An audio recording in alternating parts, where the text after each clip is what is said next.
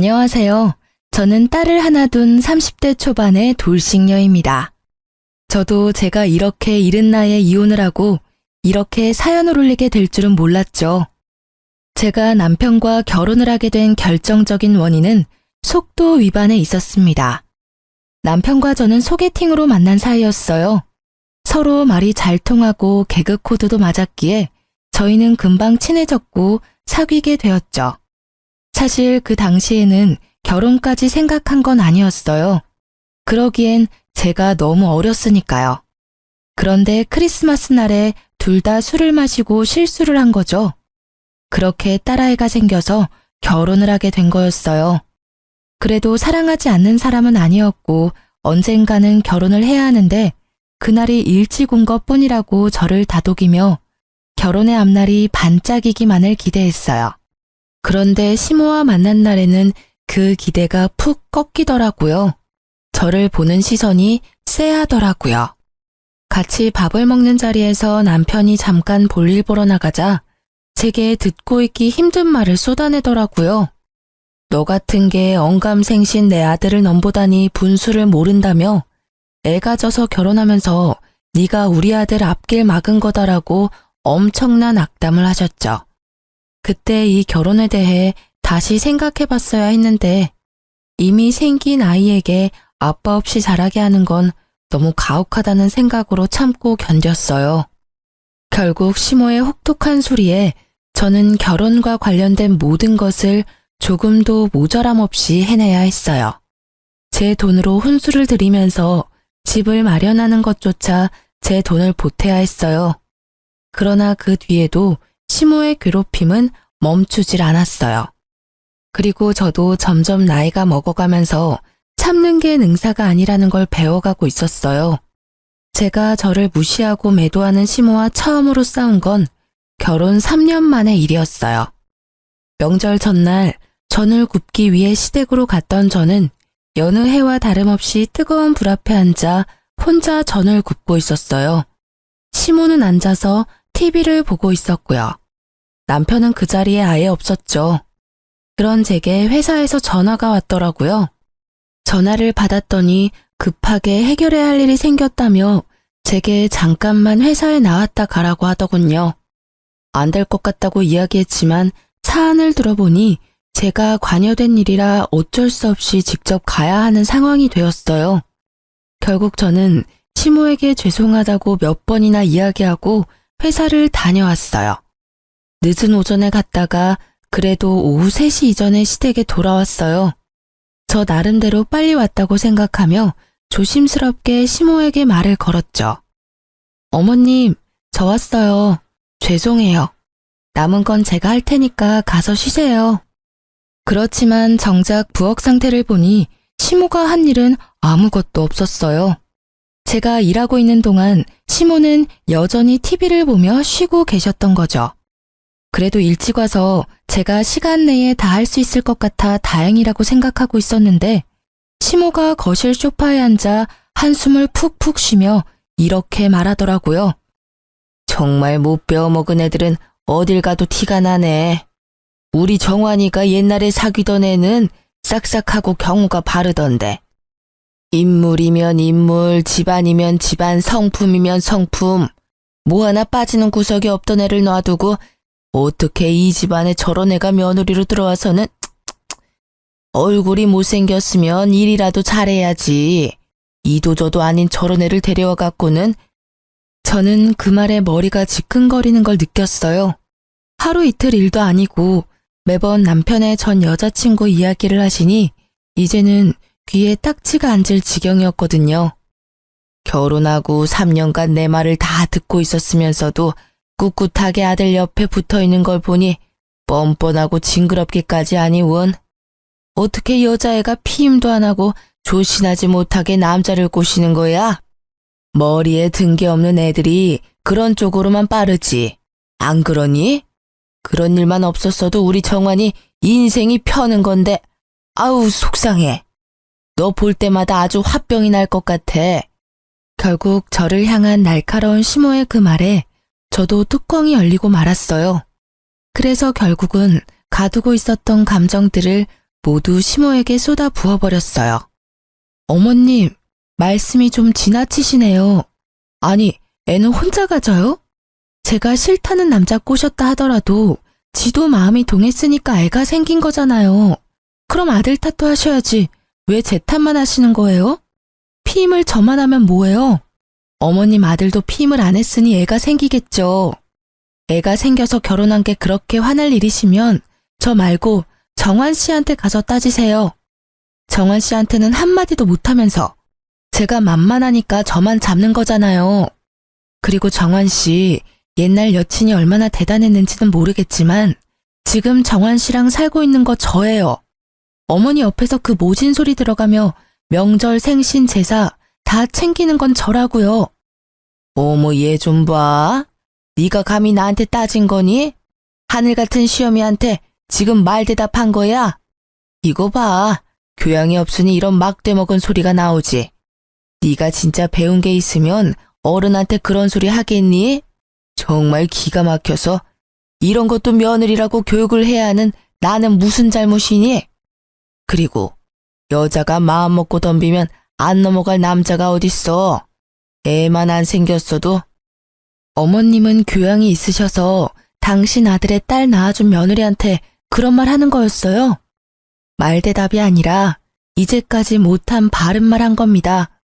저를 며느리로 대하고 싶지 않으시면 그렇게 하세요. 저도 시어머니로 모시지 않을 테니까. 그리고 제가 애 생겨서 결혼한 거에 반감 가지신 것 같으니까 제 딸은 이제 앞으로 어머님께 보여드리지 않을게요. 도대체 애가 무슨 잘못이에요? 전 제 딸 그런 소리 들으면서 자라게 둘 생각 없으니까.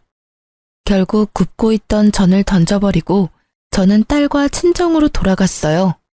명절 전날 친정에 온 저를 보고 친정 부모님은 모두 놀라셨지만 화가 나 씩씩거리는 제 모습에 크게 뭐라 하진 않으셨어요. 그도 그럴 것이 두 분은 제 성격을 잘 아시잖아요. 웬만하면 터지지 않는 제 분노가 터져버린 걸 보고는 분명히 무슨 일이 크게 벌어졌다고 생각하셨겠죠. 그리고 그날 저녁 남편이 전화가 왔더라고요. 받지 않으려다가 이번 기회에 시모 버릇을 고쳐야겠다고 생각했죠. 무슨 일이야? 냉정한 제 목소리에도 남편은 제 화내기에 바빴어요.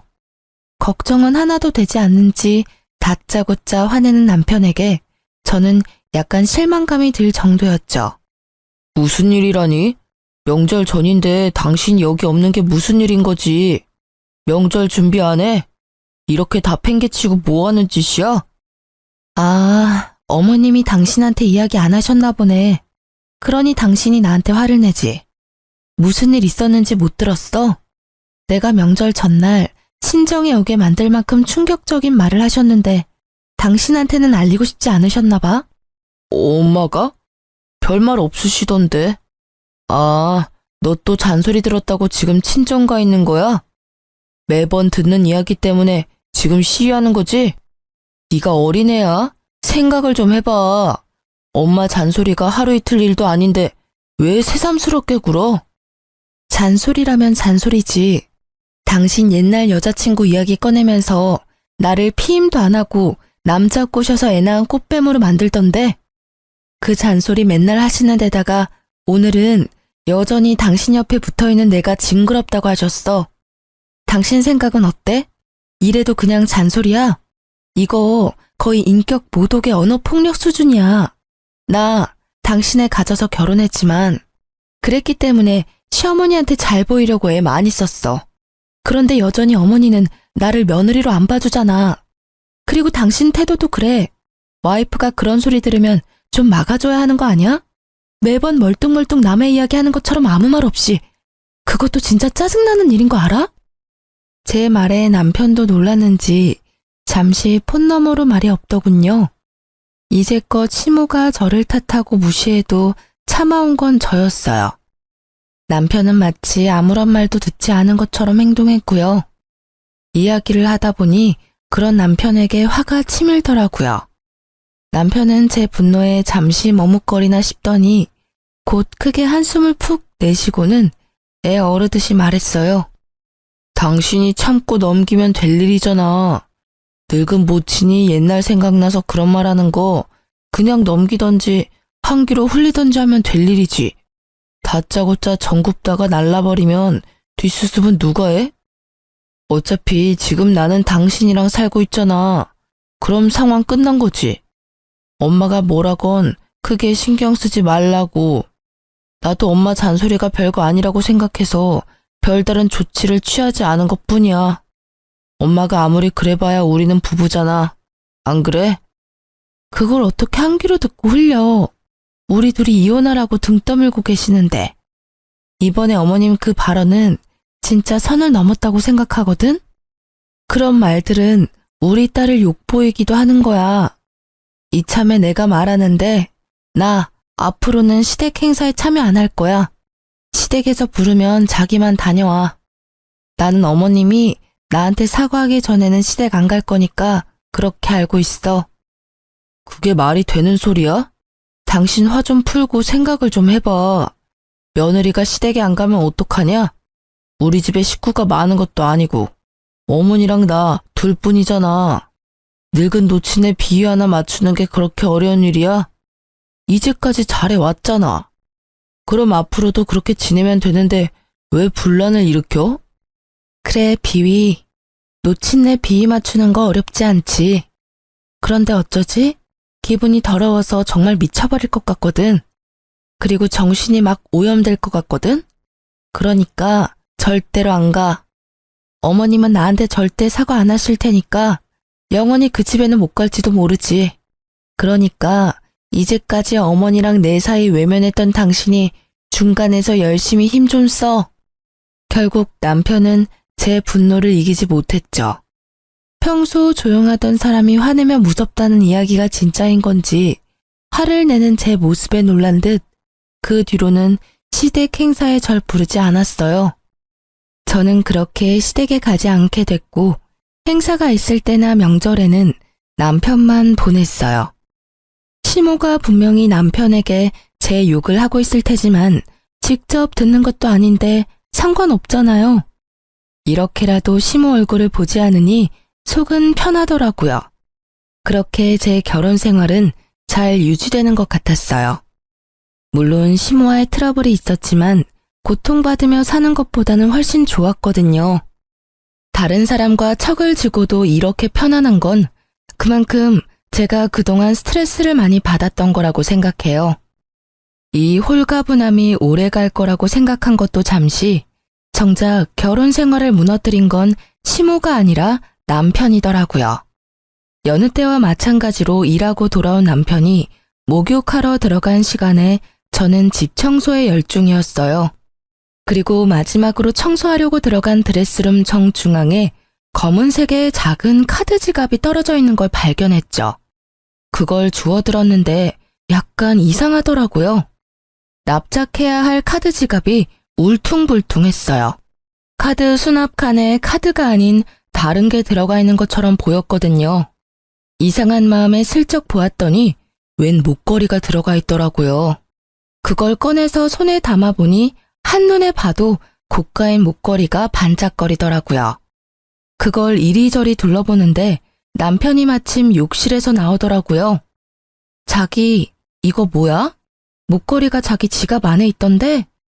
뭐야, 갑자기 남의 지갑을 봐. 사생활 침해인 거 몰라? 제 모습을 본 남편은 마치 유령이라도 본 것처럼 기겁을 해서는 제게 달려와 목걸이와 카드 지갑을 낚아채 가더라고요.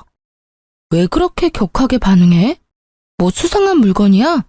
내 말에 남편이 들고 있던 목걸이를 잠깐 보더니 제 손에 다시 올려주더라고요.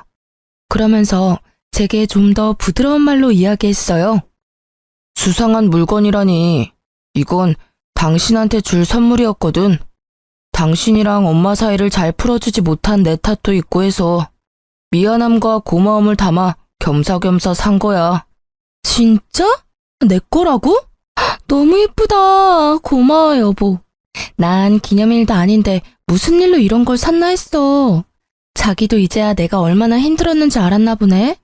봐, 시댁에 혼자 다니니까 힘들지? 정말 비싸 보인다. 얼마 정도였어? 그리고 보증서는 없어? 많이 비싼 건 아니야. 그래도 싸지는 않지. 당신한테 주는 건데 너무 싸구려는 좀 그렇잖아. 그리고 케이스랑 보증서는 차 안에 있어. 내일 집에 들어오는 길에 가져올게. 근데 이거 왜 지갑에 넣어왔어?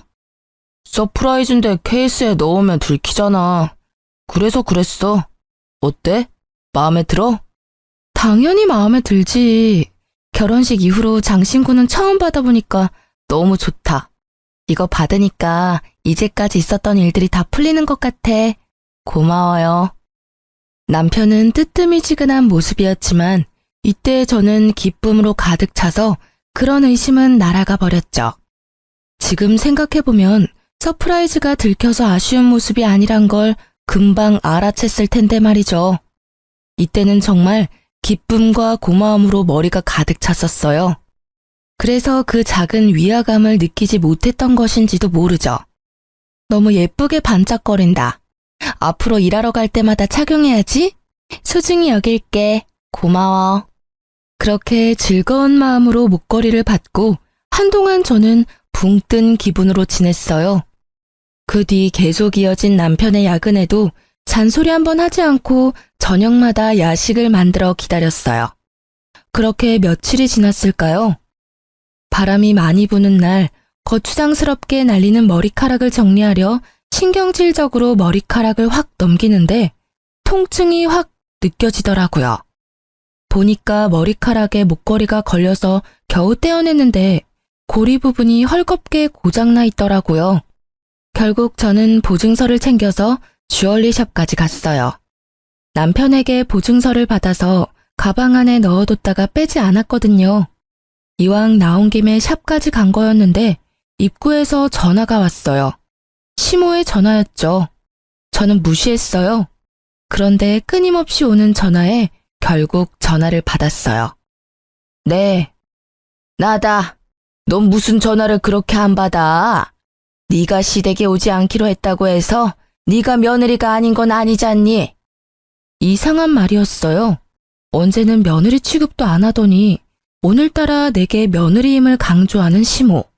그 모습에 이상함을 느낀 저는 시모에게 본론부터 물었어요. 무슨 일로 연락하셨어요? 전 시댁 행사에 참가 안 하기로 이미 남편과 이야기 다 됐는데요. 일 있으신 거면 정환 씨한테 전화하세요. 그런 것 때문에 전화한 거 아니다. 내가 병원에 다녀왔다가 신장이 안 좋다는 이야기를 들었어. 무리를 하면 안 된다고 의사가 신신당부를 하더라. 내가 너 그동안 아나무인으로 군 거 다 용서해 줄 테니 집에 와서 집안일 좀 도와. 합가하라는 건 아니니까 저녁이나 낮에 시간 날 때 와서 집에 와서 청소도 하고 빨래도 하고 반찬도 좀 해놓고 가거라. 내가 다 하려니 영 무리가 돼서 힘이 딸려. 그 이야기를 듣는데 머리가 띵하더라고요. 아니, 나가라고, 이혼하라고 그렇게 난리칠 때는 언제고 본인 몸 아프다고 이제 와서 며느리 노릇하라니. 어이없는 자기중심적 사고에 저는 더 싸늘해졌어요. 남편이랑 상의해 볼게요. 우리도 맞벌이고 경제적인 부분에서 저 혼자 결정하는 건 아닌 것 같아서요. 그리고 육아도 도맡아 하는 저한테 그런 집안일 시키는 건 너무 하시는 거 아니에요? 필요한 거 있으면 정환 씨한테 말씀하세요. 정환이는 내가 아픈 거 몰라. 꼭 바쁜 애를 그렇게 귀찮게 해야겠니? 너야 며느리니까 당연히 내 수발 드는 건 당연한 거고. 내가 다 용서해준다고 하는데도 왜 이렇게 딱딱하게 구는 거니? 정말 하나부터 열까지 정이 안 가는 애야. 정이 안 가시면 부르지를 마세요. 기껏 전화해서는 또 이런 이야기 하시려고 한 거면 끊을게요. 그리고 집안일 해주실 분 찾는 거면 차라리 돈 주고 가사 도우미님을 부르세요. 그게 훨씬 어머니한테 도움될 것 같으니까요. 폰 너머로 뭐라 떠드는 시모의 말을 무시하고 전화를 끄는 저는 신경질적으로 남편에게 전화를 걸었어요. 몇 통이나 걸었는데 받지 않더군요. 결국 알아서 전화 오겠지 하는 마음으로 일단 목걸이부터 고치기 위해 주얼리 샵으로 들어갔어요. 저는 목걸이를 보여주며 수리를 맡기려고 한다고 직원에게 말했어요. 그런데 갑자기 그 직원이 목걸이를 유심히 보더니 나를 불손한 눈빛으로 바라보기 시작하더라고요. 죄송하지만 고객님, 이 목걸이 직접 사신 거 아니시죠? 이거 어디서 가져오신 거예요? 본인 물건 아니지 않아요? 네? 그게 무슨 말이에요? 그건 제가 남편에게 받은 제 목걸이예요. 보증서도 있는데 보여드릴까요? 거짓말하시면 문제가 더 커지세요. 똑바로 말씀해 주세요. 이거 본인 거 아니시죠? 갑자기 도둑 취급받은 저는 당황하며 보증서를 꺼내 보여줬어요.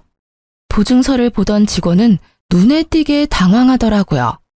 보증서 때문이 아니라 제가 말한 남편이라는 말을 듣고서요. 진짜가 맞는지 확인해 보세요. 이걸 사러 왔단 사람 얼굴도 보여드릴 수 있어요. 그럼 누가 산 건지 확인이 되겠죠? 여차하면 남편 불러와도 상관없고요. 직접 사왔다고 했으니 CCTV도 있을 거고. 제 말에 직원의 얼굴이 갑자기 사색이 되더라고요. 처음엔 그 모습이 저를 도둑으로 몰아서 그런 거라고 생각했어요. 죄송해요. 제가 착각했나 봐요. 그런데 그런 것 치고는 처음에 직원이 너무 과하게 아는 척한 게 신경이 쓰이더라고요. 아니요, 착각한 거 아닌 것 같은데. 분명히 목걸이 보더니 바로 저한테 제 거 아니라고 하셨어요. 이 물건이 여러 개 팔렸을 텐데 어째서 저한테 콕 집어 그런 말 하셨어요? 대답 여하에 따라 여기 본사의 직원분 행동에 대해 불만 제기할 거예요. 거의 협박이나 다름없는 제 말에 직원은 울상을 지으며 자기가 알고 있는 걸 실토했죠. 죄송해요. 사실은 그 목걸이 뒤에 작게 이니셜이 되어 있는데 제 친구가 선물 받았을 때 새긴 거랑 똑같아서. 저는 쎄한 마음에 목걸이 뒤쪽을 살펴봤어요. 그랬더니 아주 작게 이니셜이 되어 있더라고요. 그런데 제 남편 이름, 제 이름의 이니셜이 아니었어요. 거기 새겨진 날짜도 저희 기념일이 아니었고요. 그런데 그 이니셜을 보니 딱 하나 기억이 나더라고요. 그 이니셜과 똑같은 이니셜을 가진 남편의 전 여친이. 저는 황급히 폰을 꺼내 남편 사진을 보여주며 말했어요. 이 목걸이 산 사람이 이 남자가 맞나요? 직원이 고개를 끄덕이자 저는 머리로 순식간에 열이 오르는 것을 느낄 수 있었어요. 온몸이 부들부들 떨렸죠. 배신감과 분노로요. 전 여친과 여태껏 만나고 있으면서 나를 속인 남편이나 아프다는 이유로 며느리 취급도 안 하던 내게 이제와 며느리 노릇하라며 식모처럼 부리려고 하는 시모까지, 이 시댁에 있는 인간들에게 한 줌 남아있던 미운 정까지 뚝 떨어졌거든요. 그 자리에 있는 직원들이 불쌍한 사람처럼 나를 보는데 어찌나 부끄럽던지. 저는 그 자리에서 결심했어요. 그 집안과 인연을 끊겠다고요. 그날 저녁 저는 남편을 기다리고 있었어요. 그런데 남편은 밤늦도록 들어오지 않더군요. 자정이 되자 메시지가 하나 오더라고요. 오늘 본가에서 잘 거야. 라는 문자. 감이 올 수밖에 없었어요. 지가 바람피는 걸 내가 알았다는 걸 알고는 피한 거예요. 그 직원이 상간녀의 친구였으니 바로 이야기해줬겠죠. 저는 남편의 행동이 너무나 괘씸해서 참을 수 없었어요. 이런 일이 생겼다면 제게 찾아와 울고불고 싹싹 빌어도 용서해 줄까 말까인데 아예 상종을 하지 않겠다는 그 생각이 열받았어요. 어차피 인연 끊는 거 이 남자 아니라 시댁에 이야기하면 될 것 같아서 다음날 아침이 되자마자 저는 시댁으로 찾아갔어요. 그런데 시댁으로 가니 시모는 제가 본인 병수발 들러온 줄 알더라고요. 예, 잘 왔다. 아무리 성격 나쁘고 배운 게 없어도 며느리는 며느리지. 시모가 아프다는데 이렇게 달려와야 하는 게 당연한 거 아니니? 죄송한데 그건 거절해야겠어요. 혹시 어머님도 알고 계셨나요? 그이가 바람 피우고 있는 거. 뭐? 그게 갑자기 무슨 소리니? 걔가 바람을 피워? 에이, 설마. 설사 걔가 바람을 피웠다 해도 그건 너한테 문제가 있어서 그런 거겠지. 우리 아들은 절대 그럴 사람 아니야. 어쩌면 이렇게 아들 사랑이 대쪽 같은지 지 아들놈이 바람을 폈어도 원인 제공자는 너다 라고 말하는 게 참 얄밉고 꼴보기 싫더라고요. 그래요? 근데 벌써 확인 다 했어요. 저는 다른 건 참아도 외도는 못 참아요. 그 사람이 바람을 피워서 이미 우리 집은 끝났어요. 그 말은 어머님 간병을 해줘야 할 이유가 없다는 뜻이기도 하고요. 예, 너 잘 알아본 거 맞니? 본인한테 확인도 안 하고 나한테 와서 그렇게 이야기해도 확인은 이미 끝났고 저는 이혼할 생각이에요. 어제 이야기하려고 했는데 집에 안 들어왔더라고요. 시댁에서 잔다고 하던데. 어제 이곳에도 안 온 걸 보면 누구랑 있는지는 답이 나오네요. 여기 오면 있을 줄 알았는데. 당사자가 없으니 대리인에게 말씀드리는 거예요. 그래도 넌 아직까지 법적으로 내 며느리야. 아직 이혼 도장 찍지 않았으니 네가 내게 성의를 다해야 하는 건 변함없어. 어머님, 저 같은 걸로 만족하시겠어요? 어차피 또 듣기 싫은 말 하실 게 뻔한데. 그래도 이번에는 축하드려야겠네요. 남편 상간녀가 어머님이 그렇게 사랑에 맞지 않는 옛날 여친이거든요. 그 상간녀한테 수발 들어달라고 부탁해보는 게 어떨까요? 저같이 뻔뻔하고 교양 없는 며느리보다야 낫지 않겠어요? 저는 시모에게 최대한 빈정거리고는 집으로 돌아왔어요. 그리고 그날 저녁이 되니 남편이 거들먹거리며 집으로 돌아오더군요. 그 모습이 당당하기 짝이 없어서 부하가 치밀었어요. 기분 좋아 보이네? 어머님한테 이야기 들었어? 이혼하고 싶다고 전해드렸는데 그 이야기 듣고 이렇게 즐거운가 봐. 그래, 기분 좋지. 드디어 당신이 당신 입으로 헤어지자고 말해줬잖아. 이걸 얼마나 기다렸는데. 얼마나 만났어, 그 여자? 설마 결혼 전부터 계속 만난 건 아니지? 계속 만났어. 틈만 나면 계속.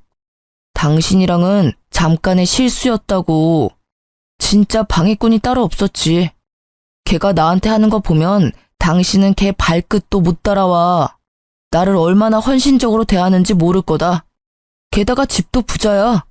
당신하고 헤어진다 한들 그 집 재력만 있으면 나는 팔자 피는 거라고. 최악이네.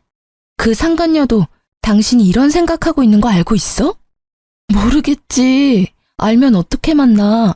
호구될 거 뻔히 알면서 만나느니 헤어지겠지. 그래, 이혼하자. 그렇게 하는 게 더 정리가 빠르겠어. 그런데 네 입으로 결혼 기간 동안 상간녀 만났다고 말했으니 이번 이혼의 유책 배우자는 당신인 거 확실해졌네? 방해꾼은 사라져 줄 테니까 위자료나 넉넉히 준비해놔.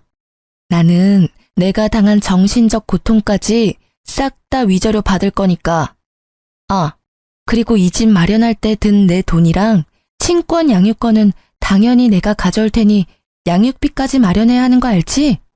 잘 됐네. 돈 많은 여친 둬서 이혼할 때도 편하겠어. 그런다고 내가 무서워할 줄 아냐? 난 상관없어. 어차피 그 돈 마련하는 건 이제 어렵지도 않으니까. 근데 이혼하기 전까지는 우리 엄마 집에서 일 좀 해. 이혼하면 상관없는 남이지만 지금은 어차피 당신은 우리 집안 며느리라고.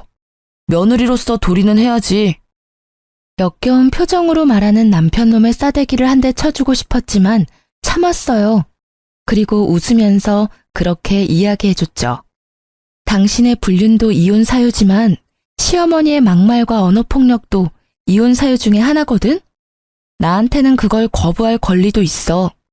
나도 바보가 아니야. 이제까지 어머님이 하시는 말 그냥 곱게 듣고 넘긴 줄 알았어? 녹음 다 해놨으니까 나는 이제 그쪽에 볼 일 없어. 사랑하는 네 여친한테 네 엄마 병수발 시키던지. 곱게 자란 여친이 그걸 할 수 있을지는 모르겠지만 뭐 알아서 잘들 하겠지. 남편은 제 말에 입을 꾹 닫더라고요. 더 이상 시모 병수발 들라는 미친 소리는 안 하겠지 싶었죠. 그리고 이후 남편과는 합의가 아닌 소송을 하게 됐어요. 저는 상간녀 소송을 위해 남편의 전 여친을 찾아갔어요. 확실히 예쁘더라고요. 그런데 온몸을 명품으로 휘감고 있었어요. 그 여자도 과시욕이 보통이 아니더라고요. 그리고 그런 그녀의 모습을 보니 이 여자가 남편과 시댁에 돈 보고 불륜을 저지르고 있었구나 예상이 갔어요. 사실 시부가 살아있을 때 시댁은 소위 말하는 잘 사는 집안이었거든요. 그렇지만 사업하시던 시부가 죽고는 가세가 많이 기울었고 사업하며 진 빚을 갚느라 예전만큼 좋지 않아요. 그냥 중산층 정도일 뿐이거든요. 그런데 그 여자는 그것도 모른 채 저한테 주저리 말하더군요. 현명한 결정 고마워요. 어차피 오빠가 저를 잊지 못해서 제게 돌아올 건 기정사실이었을 테니까요. 당신과의 사이에 애가 생기지 않았으면 저와 결혼했을 거예요. 물론 그 시기에 제가 오빠와 헤어져 있긴 했지만 마음까지 헤어진 건 아니었거든요. 제가 오빠와 사귄 게 먼저였으니까 그쪽 분이 저한테는 불륜녀나 다름없는 상황이었거든요. 애가 생기지 않았다면 오빠도 저를 떠나지 않았을 테고 말이에요. 그럼 당신도 애 가지지 그랬어요. 그랬으면 당신한테 돌아가고 내가 버림받았을지도 모르는데 왜 그렇게 안 했는지 궁금하네요. 그때는 별로 그렇게 좋아하지 않았나 보죠? 뭐 어쨌든 이런 말 들으려고 만나자고 한 건 아니고 상간녀 소송할 거니까 그렇게 알고 있으세요. 위자료 준비 잘 하시고요. 그래도 집이 잘 사는 것 같아 다행이네요. 온통 명품이라 위자료 못 받을 걱정은 안 해도 될 것 같아요. 어차피 그 위자료도 제가 내는 거 아닌데요. 전 어차피 그만한 돈도 없어요. 오빠가 다 내줄 거예요. 제가 뭐 때문에 오빠랑 결혼하는 건데요. 오빠가 다 알아서 한다고 했으니 제가 신경 써야 할 일은 없는 거죠. 이렇게 만나자고 한 것도 의미 없는 일이지만 그래도 전 와이프인데 인사 정도는 해야 할 것 같아서. 이야기를 들으니 남편을 봉으로 삼으려고 결혼하는 게 한눈에 보이더라고요. 그 오빠는 당신한테서 돈 뜯어내서 위자료 주려고 생각하고 있는데 이 말을 꺼내지 않으려고 얼마나 참았는지 모르죠? 제 발로 죽을 자리 찾아가는 상간녀를 제가 말릴 필요가 있나요? 그냥 제 꾀에 제가 넘어가는 걸 감상하는 게 더 재밌잖아요. 그래서 저는 한껏 웃어줬어요. 상간녀는 제가 괜히 허세 부린다고 생각한 건지 코웃음을 치며 저를 비웃더라고요. 그 모습이 어찌나 가소로운지 하마터면 다 말해줄 뻔했어요. 그치만 그러면 이 여자한테 복수할 수 없을 테니 시댁 상황에 대해서는 함구했어요. 결국 이혼하면서 저는 전 남편에게 위자료를 왕창 뜯어오게 됐어요. 결정이 났거든요. 위자료 결정되자마자 두 사람은 냉큼 혼인신고부터 올렸더라고요. 우습게도 서로의 경제적인 상황도 모르면서 빨리 혼인해서 법적으로 맺어져야 상대방이 자신의 위자료를 내줄 거라고 생각했던 것 같더라고요. 서로가 빈털터리인 줄도 모르고서는 한두 달 동안 카톡 프로필에 달달함 가득에 매일매일 새로운 프로필이 올라오더니 그 뒤부터는 아예 프로필이 각자 독사진으로 바뀌더라고요. 이때쯤 되니 두 사람 관계가 그리 순탄치는 않구나 하는 예감이 들었어요. 그리고 그 예감에 쐐기를 박는 게 전 시모의 연락 때문이었어요. 몇 번을 전화해서 한 번만 만나자고 사정을 하길래 한 번 만나주겠다고 하고 집 근처로 불렀죠. 또 무슨 어이없는 말을 하려나 하고 기다리던 그때 전 시모는 제 손을 부여잡고는 간절하게 말하더라고요. 예, 며느라가 너 우리 아들이랑 제발 다시 합치면 안 되겠니? 재결합 한번 신중히 생각해봐, 응? 갑자기 이러시는 이유를 모르겠네요. 저희 이미 헤어졌고 더 이상 감정조차 없어요. 게다가 그런 말을 하실 거면 어머님이 아니라 그 사람이 직접 와야죠. 그 고얀 년이 글쎄 나랑 같이 못 산다고 하지 않니? 명절 제사 때도 안 오고 결혼하고 나서 아무것도 안 하겠다고 땅 못 박더라. 어떻게 사람이 그래? 내가 지를 얼마나 잘 챙겨주고 딸같이 대했는데 아픈 시모 모시라는 게 그렇게 힘든 일이니? 그러면서 그 당돌한 게 뭐라는 줄 아니? 나를 모시고 살 거였으면 우리 아들이랑 애초에 결혼 안 했을 거라고 하더라. 결혼하고 며칠 지나지 않아서 그런 말을 하더라고. 아, 그러셨어요? 그치만 어머님이 그 상간녀를 무척 좋아하셨으니까 다 이해하시고 넘어가셔야죠. 저한테도 누누이 말씀하셨잖아요. 그 상간녀가 얼마나 싹싹하고 야무진지. 그리고 그걸 저한테 와서 호소할 일은 아니지 않나요? 아드님한테 가서 말씀하세요. 아들? 그놈도 매 한 가지야. 내가 몇 번 집에 일하러 오라고 했다고 아들한테 일러 바쳤는지 화가 나서 나한테 전화해서는 엄마네 집에 안 오겠다고 소리치고 끊더라고. 여자 치마폭에서 놀아나는 못난 놈 같으니. 그러면서 그 뒤로는 아예 연락도 없고 찾아오지도 않아. 그것만 하면 다행이게. 얼마 전에 아들놈이 혼자 집에 짐을 싸들고 왔길래 왜 왔냐고 물었더니 그 도둑년이 도망갔다고 하더라고. 그러면서 대출받아서 산 집도 그년이 팔아먹어서 결국에는 빚만 남았다고. 전 시모는 속에서 열불이 나는지 그 이야기를 하는 내내 탁자 위에 있던 찬물을 벌컥벌컥 들이키더군요. 그 이야기를 듣는 저는 그냥 웃겼어요. 저랑 헤어지고 잘 살 거라며 떵떵거리던 남편이 어떤 꼴로 지내는지 알게 되니 너무 유쾌하더라고요. 웃긴 건 시모와 전 남편도 그 상간녀를 봉으로 생각했는데 상간녀가 먼저 그걸 캐치하고 초스피드로 배신을 했다는 점이었죠. 그렇게 중내만에 할 때는 언제고 돈 하나에 이렇게 1년도 안 돼서 찢어지는 부부라니. 시모가 계속 끈질기게 저와 전 남편의 재결합을 요구하자 제가 시모에게 딱 잘라 말해줬어요. 상간녀가 좋다고 할 때는 언제고 이제 와서 이러세요? 그런 말씀하실 거면 여기서 헤어지는 게 좋겠네요. 저는 아직도 어머님이 저한테 하신 인격 모독 같은 말들을 다 기억하고 있기 때문에 지금 이렇게 얼굴 보는 것도 사실은 힘들거든요. 그러니까 저는 이만 가볼게요. 그럼. 아이고, 얘야, 나 좀 봐라, 어? 늙은 시모가 배지도 않아? 결국 길거리에서 난리치는 모습에 한숨을 푹 쉬며 전 남편에게 전화했어요. 예상과는 달리 한 번에 전화를 받는 남편 놈에게 말했어요. 당신 어머니 우리 집 근처에 계시거든? 와서 모시고 가. 안 데리고 가면 나 경찰에 신고할 거야. 결국 전 남편이 시모를 모시러 왔더군요. 크게 변한 건 없지만 초췌한 모습이더라고요. 꼴 좋다 싶더라고요. 나랑 헤어지자고 큰 소리 뻥뻥 칠 때는 그렇게 좋아 죽더니 곧 죽어갈 것 같은 모습을 보니 오히려 웃겼어요. 저기, 엄마는 내가 데려갈게. 그리고 당신 아직도 혼자면 우리 다시 시작해볼 생각은 없어? 뭐? 이제 와서 무슨 소리야? 우리 이미 다 끝났어. 아니, 왜 나한테 이러는 건데? 이해가 안 가. 그 상간녀랑 잘 살겠다며 나한테는 이혼해줘서 고맙다더니 왜 이제 와서 후회야? 나도 잘 살 줄 알았지. 그런데 우리가 살던 집이 당신이랑 내가 돈을 반씩 부담해서 산 거라 재산 분할할 때 돌려줘야 한다고 하니까 그 뒤부터 사람이 바뀌더라고. 며칠간 분주하게 여기저기 돌아다니는 것 같더니 결국 그 며칠 뒤에 도망갔고, 알고 보니까 그 집도 완전 빈털털이더라고. 어릴 때 사귈 때는 돈 많은 집이라고 알고 있었는데 다 날 속인 거였어. 진짜로 미안해. 나 진짜 속아서 이혼하고 속아서 재혼한 거야. 참 잘하는 짓이다. 마누라 버릴 때는 그런 거 눈에 안 들어오지?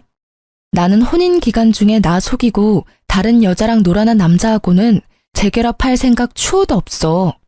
그리고 이미 애가 생겨서 결혼한 며느리한테 내가 아니라 다른 여자를 며느리 삼고 싶다고 말하던 저 미친 아줌마랑 같이 살 생각은 더더욱 없고. 그러니까 다른 데 가서 알아봐. 그리고 아무리 힘들어도 위자료는 꼭 줘. 내가 쓰는 거 아니고 내 딸이 쓸 거니까. 저는 불쌍한 말만 늘어놓으며 동정표를 사려는 두 사람을 남겨두고 집으로 돌아왔어요. 그리고 얼마 뒤 상간녀에게서 연락이 왔더라고요. 만나자고 하길래 저번에 시모와 만났던 카페로 오라고 했죠. 상간녀는 조심스럽게 주변을 살펴보며 들어오더니 제 앞에 앉아서는 다짜고짜 저에게 따지기 시작하더라고요. 당신 어떻게 그 집에 돈 한 푼 없는 걸 나한테 숨길 수 있어? 완전 빈털터리 집안이던데. 설마 나 엿먹으라고 말 안 했어? 엿먹으라고 말 안 한 거 맞고, 그리고 그런 건 당신이 먼저 알아봤어야 하는 거 아니야? 유부남 꼬셔서 재혼할 생각으로 가득 차 있었으면서 그런 건 왜 못 알아봤대? 내가 그런 걸 알려줘야 할 의리 같은 거라도 있었나? 제 말에 상간녀가 저를 째려보더라고요. 구구절절 다 맞는 말에 자기가 알아보지 못한 것도 본인 탓인데 왜 여기 와서 남 탓을 하고 있는지. 당신 때문에 내 인생 망쳤어. 나는 초혼이었다고. 그런 놈이랑 결혼을 하게 되다니. 내 계획은 그런 게 아니었다고. 그러니까 당신이 책임져. 책임지라고. 뭘 책임지라고 하는 건지 모르겠네요, 상간녀님. 제가 피해자고 당신이 가해자예요. 그래서 상간녀 소송에서 위자료까지 당신이 나한테 지급하라고 나왔잖아요. 잘 사는 부부 갈라놓더니 이제 와서 물리라고요? 어이가 없어서. 이미 저는 그 집안과 결별했고 당신은 그 집안 사람이니까 잘 살면 되는데 왜 여기 와서 이러는지 모르겠네. 상간녀 소송 취하해. 난 완전히 속아서 이 결혼한 거야. 그러니까 그 위자료 지급 못해. 아니, 안 해. 이게 뭐야. 상간녀 소송비도 다 대줄 것처럼 하더니 정작 까보니 아무것도 모아둔 것도 없고 그 집마저 돈 안 내면 팔아야 될 상황이고 거기에 매달 양육비까지. 그런 거지 주제에 나한테 결혼하자고 혼인신고서를 가져와? 나쁜 새끼. 당신도 똑같이 나쁜 년이야. 그러니까 빨리 상간녀 소송 취하해. 다시 한번 나한테 그거 취하하라느니 내 탓이라느니 나를 비방하면 당신 시댁한테 당신 잡아가라고 전화할 거예요. 지금 그 사람들 피해서 도망 다니고 있다던데. 들키고 싶으신 거면 계속 여기서 저한테 말도 안 되는 소리 하세요. 이대로 그 집에 끌려 들어갈 건지 계속 내 탓하며 나를 괴롭힐 건지 알아서 결정하세요. 결국 제 엄포의 상간녀는 불이 나게 도망가더라고요. 줄줄이 저한테 찾아와 제 탓하는 것도 똑같고 서로의 잘못을 하소연하는 것도 똑같더라고요. 어째 그리 똑같은 사람들 셋이 만났는지. 그 뒤로 양육비 때문에 전 남편을 만났었는데 여전히 두 사람은 숨바꼭질 중이고 여전히 법적인 재혼 부부 사이라 새로운 사람도 못 만나고 있다고 하더라고요. 뿌린 대로 거둔 것이니 원망할 필요 없는데도 매번 볼 때마다 신세한탄하는 걸 보니 웃겼어요. 이혼 소송 후 저는 위자료 듬뿍 받아서 딸과 새로운 삶을 시작하고 있어요. 전 남편의 배신의 영향이 큰 탓에 아직까지 재혼 생각은 크게 없어요. 아이를 위해서 아빠가 있었으면 하지만 전 남편처럼 미친놈 만날까봐 겁나서 엄두가 안 나요. 남편 없어도 딸과 둘이서 재밌게 잘 살고 있으니 그쪽으로는 크게 신경 안 쓰기도 하고요. 이렇게 제 짧은 결혼 기간의 일을 글로 써보니 저도 평탄한 삶을 살아온 건 아니다 싶네요. 그래도 더 늦기 전에 그 나쁜 남편놈과 헤어질 수 있어서 천만다행이라는 생각을 해요. 이혼 초반에는 싱글맘으로 일하랴 애보랴 힘들 때도 있지만 그럴 때는 심오한 남편의 횡포에 시달렸던 그때를 생각했어요. 그러면 없던 힘도 솟아났거든요. 넉넉하지 않아도 지금 마음은 어느 때보다 더 편해졌어요. 주변에서 많이 걱정해 주시지만 3년이나 지난 지금은 걱정할 필요 없을 만큼 잘 살고 있어요.